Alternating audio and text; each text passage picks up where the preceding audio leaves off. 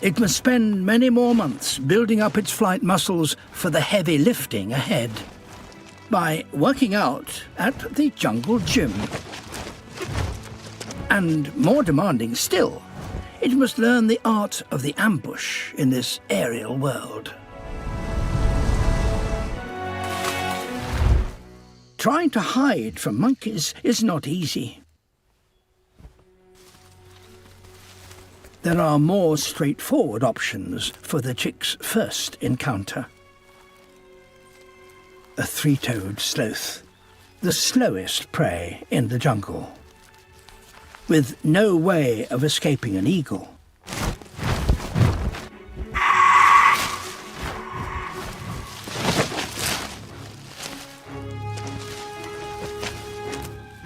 It should be a formality, but even sloths fight back.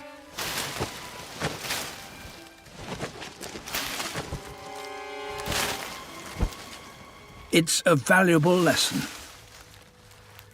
Hunting the jungle's larger animals is never simple.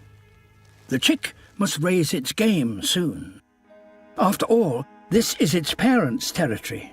If it doesn't start hunting for itself, even after all their efforts, they may kill it to make way for another that will.